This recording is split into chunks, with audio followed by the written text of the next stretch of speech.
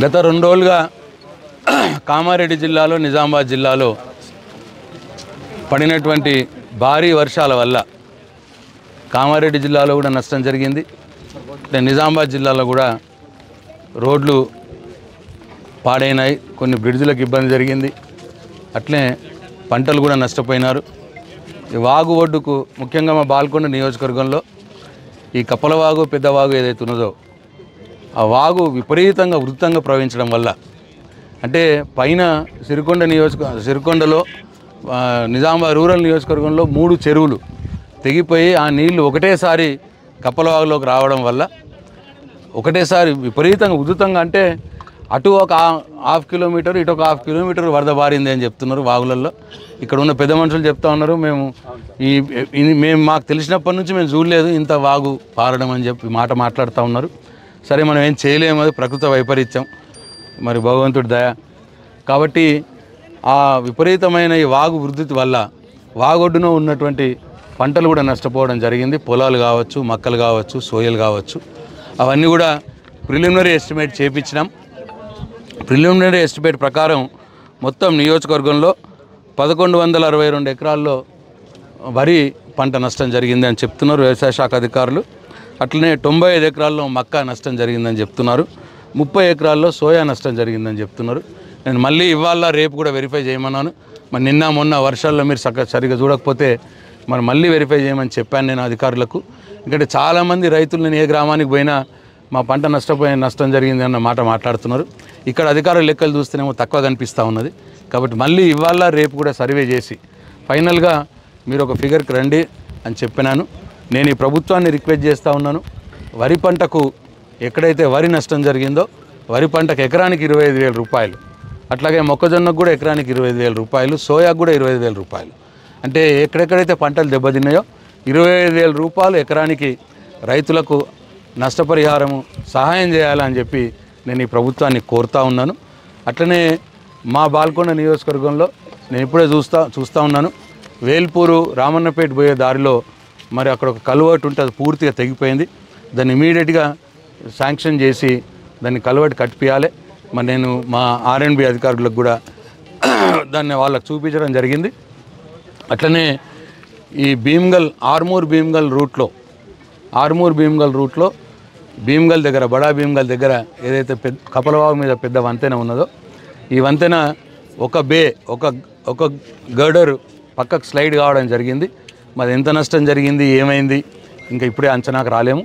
SC గారిని అర్జెంటుగా ఇప్పుడే మాట్లాడాను నేను ఎస్సీ గారికి, R&B ఎస్సీ గారికి. వారు రేపు వచ్చి చూసి ఇమీడియట్గా దీనికి ఎంత నష్టం జరిగిందో చూసుకొని దీని ఎస్టిమేట్ ప్రిపేర్ చేసి మరి ఫ్లడ్ రిలీఫ్ దాంట్లో పెట్టాలని చెప్పి ఆదేశించడం జరిగింది. నేను కూడా సిఈ గారికి అట్లనే మినిస్టర్ గారికి రిక్వెస్ట్ చేస్తాను, తప్పకుండా తొందరలోనే ఈ బ్రిడ్జ్ పనులని పూర్తి చేయించే ప్రయత్నం చేస్తా అని చెప్పి నేను భీమ్గల్ మండల ప్రజలకు మనవి చేస్తూ ఉన్నాను.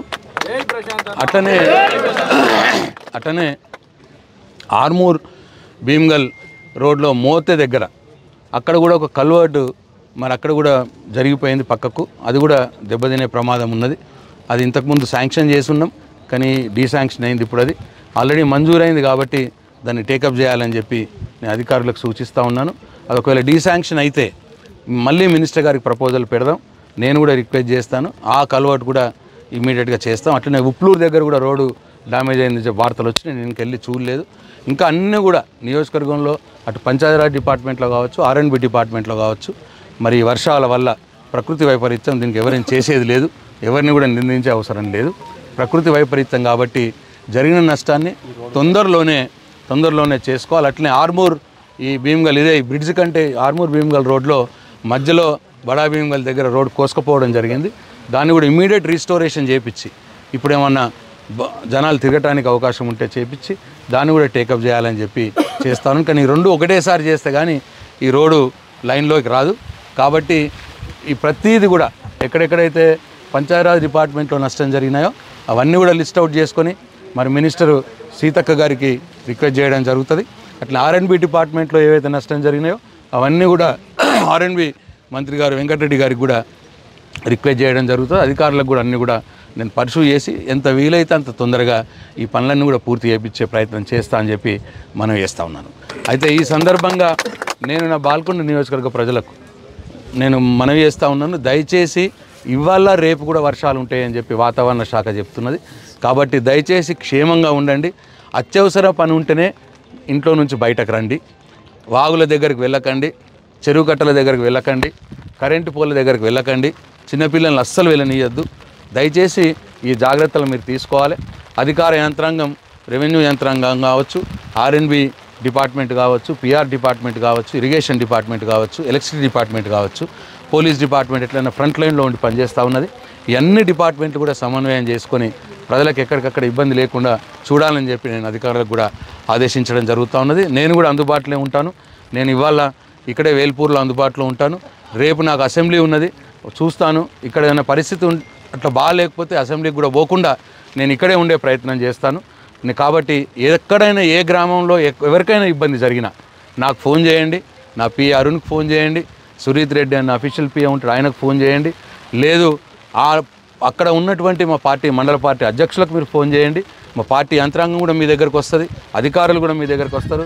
ఎప్పటికప్పుడు నేను మానిటర్ చేసుకొని బాల్కొండ నియోజకవర్గంలో ఎవరికి ఎలాంటి ఇబ్బంది జరగకుండా చూసే ప్రయత్నం చేస్తాం.